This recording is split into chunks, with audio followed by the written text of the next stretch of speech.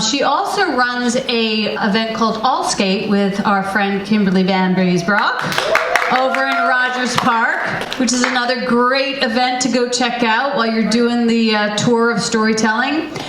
She's a comic, she's a stand-up, she's a storyteller, and she's amazing. Give it up for Michelle Young.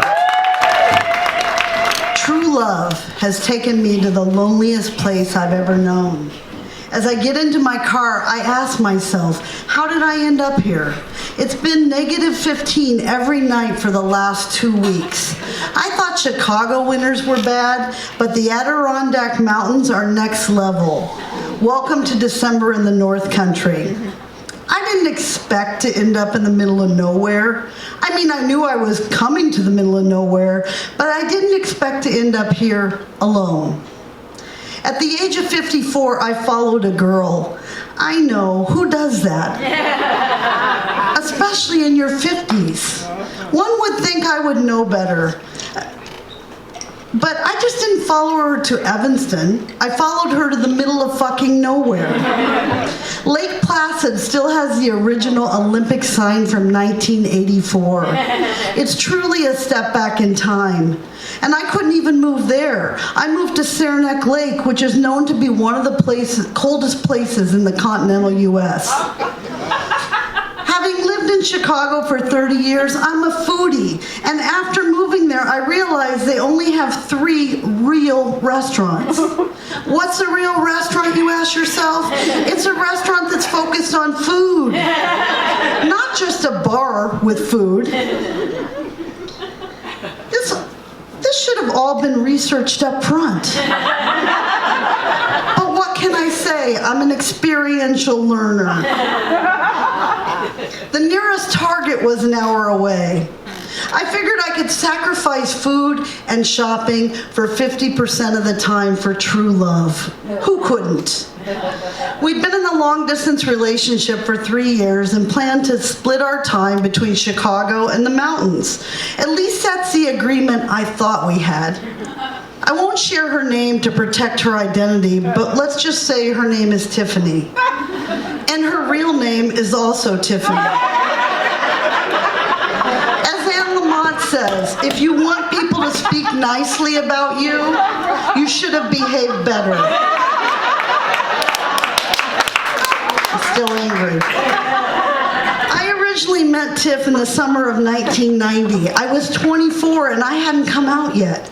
She was already a card-carrying lesbian and had a partner. We became fast friends. She told me how and where to get my first lesbian haircut. There was a shelf in back. I looked really hot.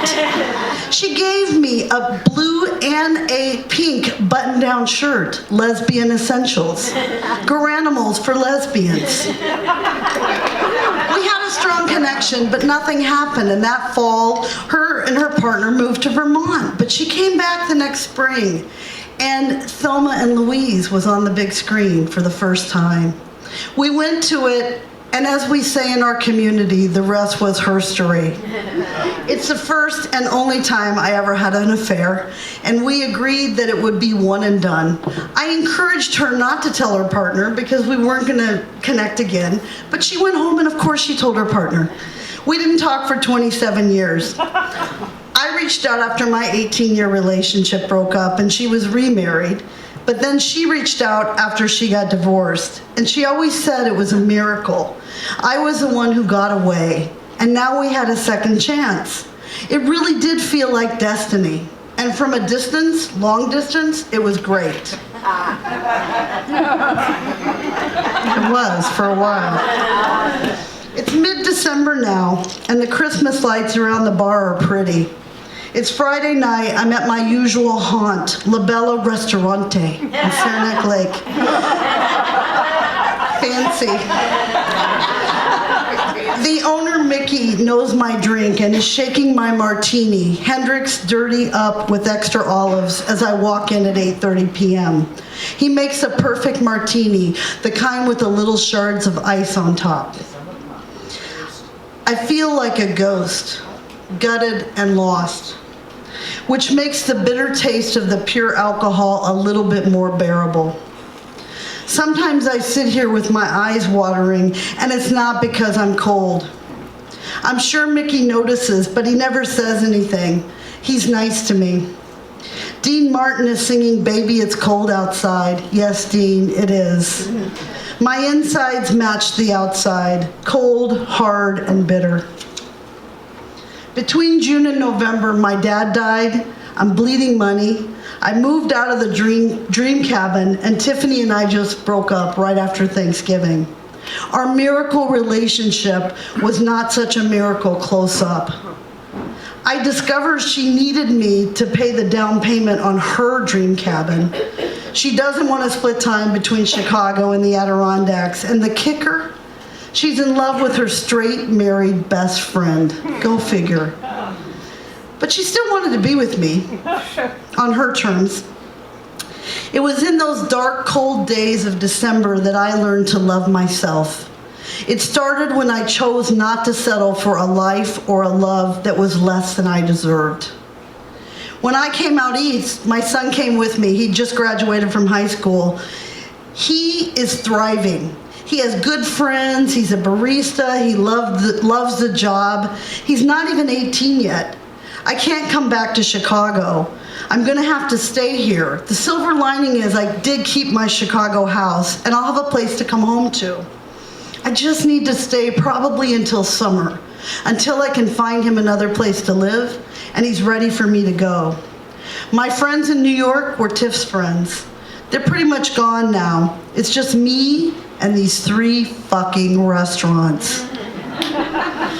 And all the time in the world to reflect. There were hopes and dreams, but on this cold day in December, they're equivalent to thoughts and prayers.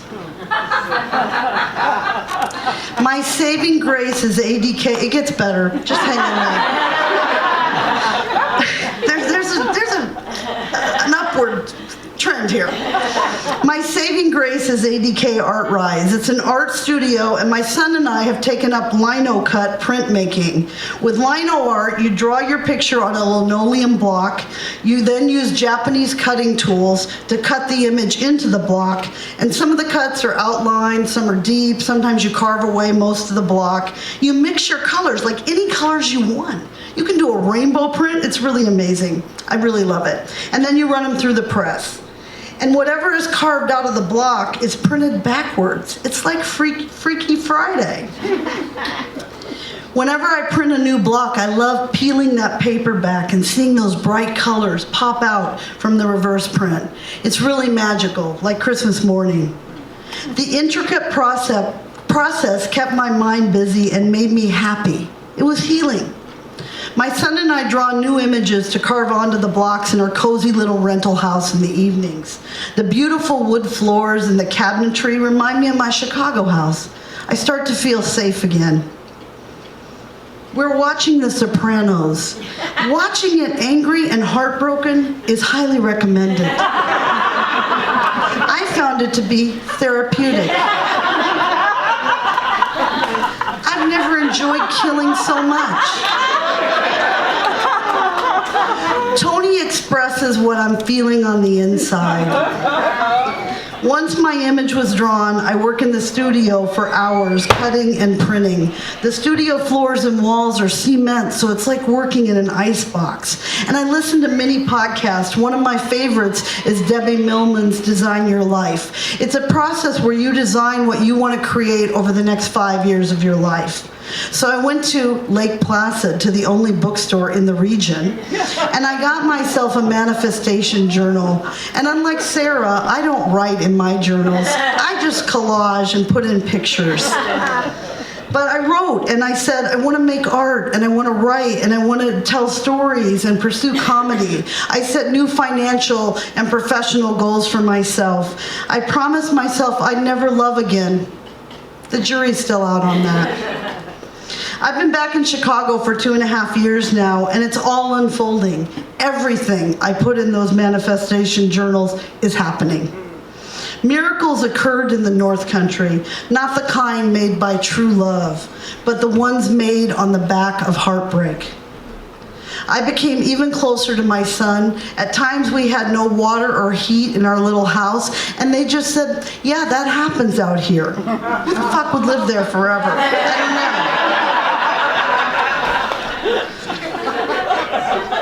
Everything we experienced created an unbreakable bond between us.